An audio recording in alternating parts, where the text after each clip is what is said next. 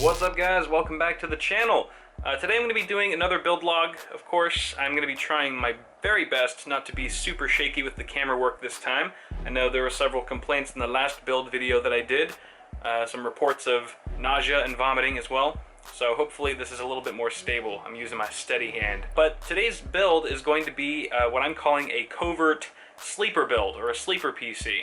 And what that essentially means is I'm going to be using a really crap case.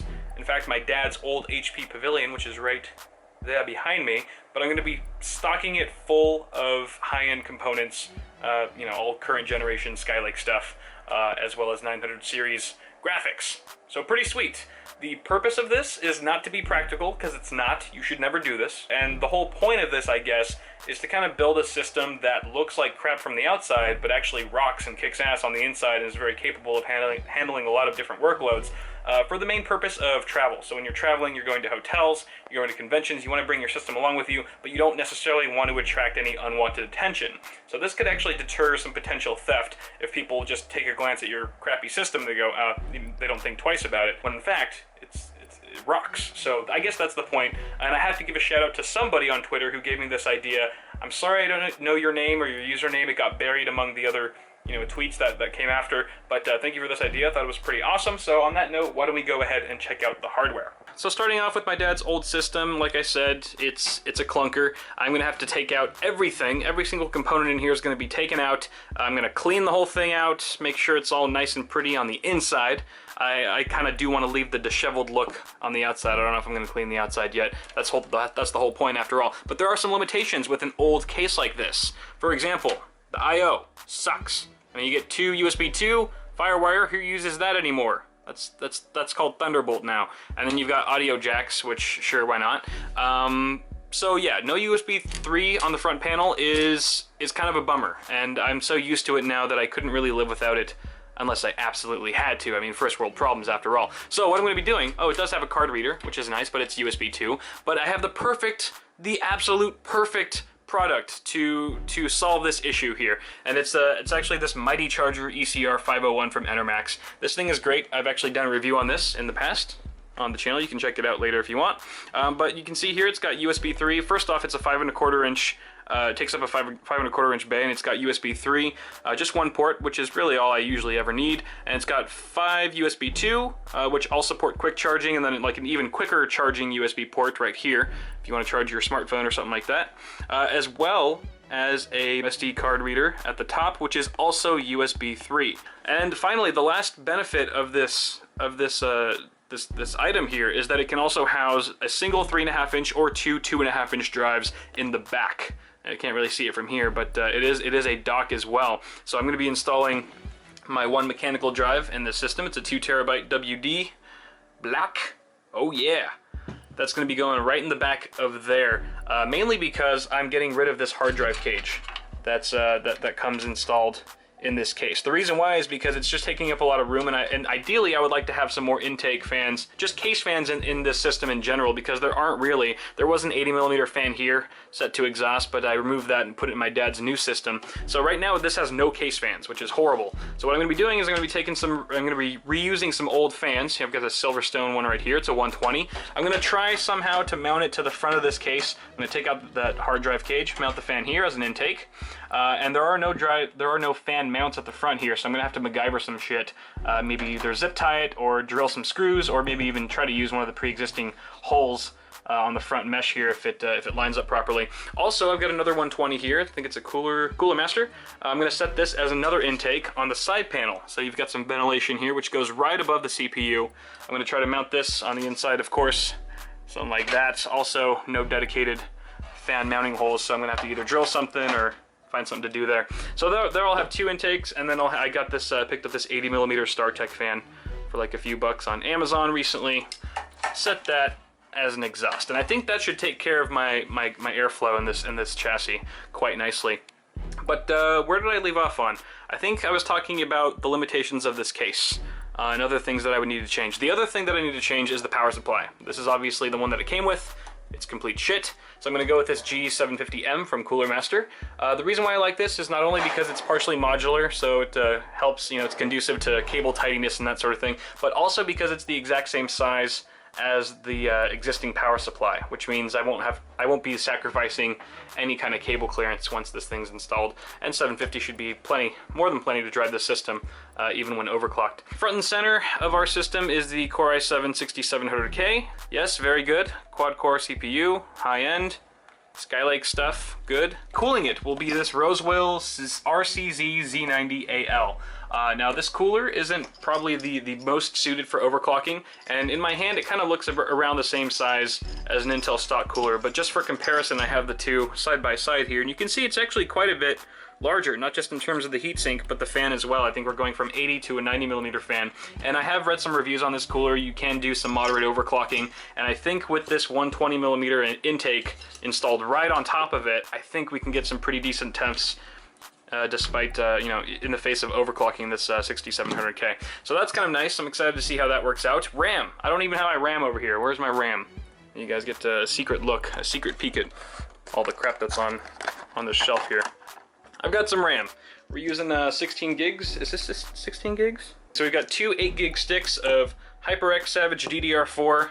Thank you, HyperX, for providing this for this particular build. Actually, I don't think they have any idea what I was going to use it for, but hopefully they don't mind me using it for this video. So this is actually really nice. I like these heat spreaders a lot. The speed on here, 2666 maybe? I don't know what speed it is. It's fast. Who cares? For the motherboard, we've got a Z170M D3H from Gigabyte. Thank you, Gigabyte, for providing this board. They hopped on last minute and were so generous as to provide a board for this system. It's very nice. It's got a black and gold aesthetic with some kind of gray in there as well on the DIMM slots and the PCIe slots. What I like about this board is that it's micro ATX, which is obviously what I would need for this case, as it is a micro ATX case. And you can see actually that it's mounted upside down, so that'll be interesting. It's kind of different. But the other thing that I like here and what appealed to me is that it's got an M.2 slot that supports not just PCIe, but also SATA drives. And that's actually what I needed because I've already been holding on to this SP900 256 gig M.2 SATA SSD from AData for like months now, like almost since CES, and I haven't really found a purpose to use it until now. So I'm just gonna be slotting that in there. It's gonna save me some space in the chassis, and everything's gonna work out. There will be no problems. There are never any problems when building computers, ever. And then last but not least, we've got a GTX 980 Ti, because why the hell not, right? Pretty awesome card, pretty beefy cooler. Again, it's going in upside down, so it's gonna go something like this. And you wouldn't think that a card of this size, I mean, this is one of the larger cards that I have on hand with me, on hand, but you can see right there, it actually goes in no problem. Yep, I mean, hey, it works. So there you guys go. This is going to be an interesting build. I'm actually kind of excited, but also a little nervous to see what kind of problems or new challenges that arise from trying to build in such an old case that really isn't even designed in any way, shape, or form to accommodate, you know, current gen hardware such as all this stuff. So now that I've officially run out of things to say, why don't we go ahead and put this thing together. And we're off, ladies and gentlemen. Time to get this show on the road. This thing is nasty. What is this? Hope you're comfortable with snipping. Snip, snip. I'm gonna count to 3, okay? A 1. Ah! Alright, I'm done being creepy. I guess I'll take the power supply out next. Be gone! Leave the body of this chassis. The power of Christ compels you. Let's remove the motherboard. I really need. How do I not have a flathead screwdriver? You know what? I do have a flathead screwdriver. What am I talking about? It's too small. This is not going to work. Shit. I need something that's really thin and long. I am a professional. And no, I'm not using a ruler to unscrew these screws. What the hell are you talking about? Make sure you always have a steel ruler on hand before you start building your system, kids. Can't tell you how many times I've been like, damn, if only I had a ruler. Be able to finish building this computer. And out comes the motherboard. Maybe I should put the hard drive in there. But no, I'm not, because I'm gonna need to route some cables through here. See where my finger is? From the power supply, they're gonna go through here. So I can't have a 3.5 inch here, which is why I need that card reader from Enermax. I couldn't just route them here either because the freaking GTX 980 Ti is gonna be taking up this whole space. It's basically cock blocking all the cables coming from the power supply, routing to the motherboard. Why don't we take out the awful hard drive cage right now? Oh, thank God, regular Phillips head screws. My hero. I can be a hero, baby. Ahaha! This is audio, I think. And then this is USB 2. And then the fire wires. Front panel. Woo-wee! That is bestie. So it doesn't look like we can remove the built-in card reader. It is also riveted. So what I'm going to do right now, guys, is I'm going to take this outside, give it a quick dust off, and then I'm going to bring it back inside and we'll continue with our build. Alright, and we're back. Did some quick bursts of compressed air just to get all the dust bunnies out. It was pretty filthy. Oh, I need you. I honestly do not need FireWire at all, so I'm gonna snip that. Done. Oh, it felt good. We'll keep the rest for now, until we really decide we don't want it. I'm gonna install this damn case fan. It's not gonna be great. The ventilation is not meant to have a fan at the front, but it is something, and I'll take it without having to do too many modifications. Maybe I should use the thinner zip ties. Where the hell did the fan go? Oh, it's already in here. Woo. Let's do a test. Let's see if we can put this front panel on. It's on. Yeah, that totally worked. Prep the mobile. Prep the mobile. You don't know what I mean.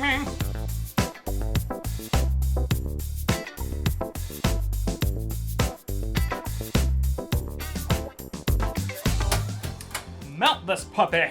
Screw this guy down, yeah? Sounds good, man. All right, actually using the, oh, no. You do not do that. You do not go there. You do not do that anymore. You stay in your socket. You stay in your mounting hole where you belong. Let's go ahead and install this guy. Look at that shit right there. First, I want to mount the 3.5 inch drive. It just goes in like that. See, that is beautiful. That is just Dante. Screwing you down, boy. Get this case out of my face. Little screws and stuff. I don't know which ones go where. All right, so let's go ahead and try fitting this inside of the case. Is that a good angle? Let me adjust the angle for you guys really quick. Maybe I won't even have to cut. Maybe I can just do it real time, like a man. Yeah. I'm gonna just push all these cables through. A little bit more. Yeah. Aha! And we're in. That's what she said. Power supply. Power supply. One of the easiest parts to install. That was the smash hit single Sandstorm by Darude. Now I'm going to start plugging shit in. So do I need to change the camera at all? Yeah, maybe a little bit. I'll change the tad for you guys, so you guys can see. You're like children. I gotta do everything for you. So cute. So cute. Shit, yo, this looks bomb, yo. How do you do it? How do you do this? All right. Oh, that was scary. Nicked some of the rubber on the cables there, but none of them reached any wire, so I think we're good on that end. If the 24-pin cable in this power supply wasn't able to detach to 20 and 4, I probably wouldn't have been able to route it through that little tiny opening right there. So that worked out. Again, this isn't meant to be a pretty build, so I've got these nasty stock cables, the ketchup and mustard. It's okay, we're gonna make it. We'll make it work. It ain't meant to be pretty. She ain't a looker. And then, I think I'm just gonna put it in slowly. I'm always gentle. Come on. Go. Push. Push. I feel like I'm delivering a baby. Oh, come on. You're almost there. You're almost there. I feel like I'm delivering and having a baby at the same time. Delivering my own baby. That's what I'm doing. Oh, there we go. And she's through. She's through. It's a PCIe cable. Congratulations. It's so beautiful. Your video card must be so proud.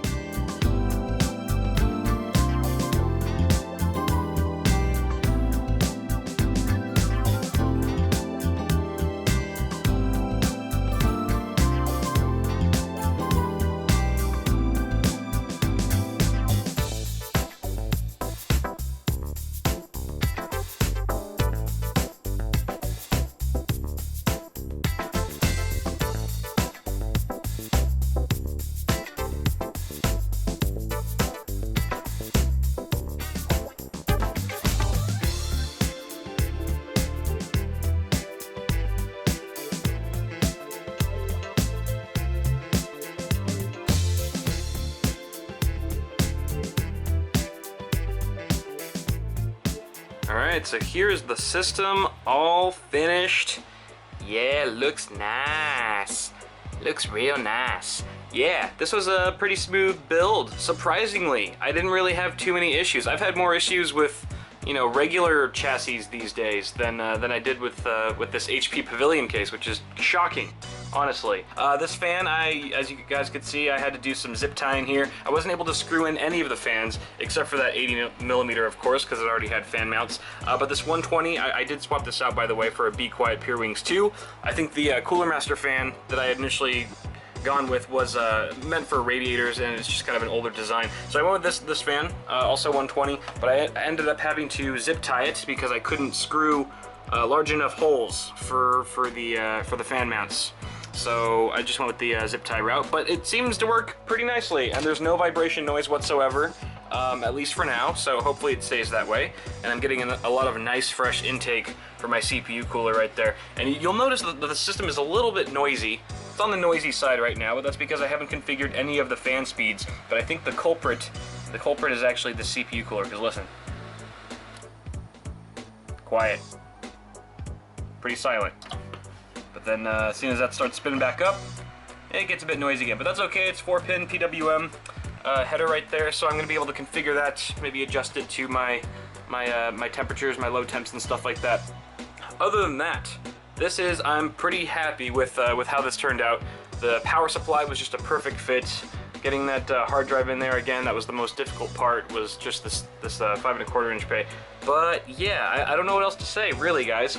You should stay tuned for part 2, because I am going to be checking out more officially the acoustics of this system once I've configured all the fans, not just at idle, but at load as well as temperatures. I'm going to be doing some temp testing, as well as just some gaming benchmarks with this thing, because I want to be able to see this HP Pavilion case just running 4K like a beast. I think that'd be fun. So stay tuned for part 2. There's gonna be a lot of fun stuff in there. And thank you guys for watching this video. Go ahead and give me a like on it if you enjoyed it, and feel free to subscribe to the channel if you haven't already. Guys, as always, I'm Kyle with Awesome Sauce Network. Thank you for watching. I already repeated that. I repeated myself. And I will see you guys in the next video.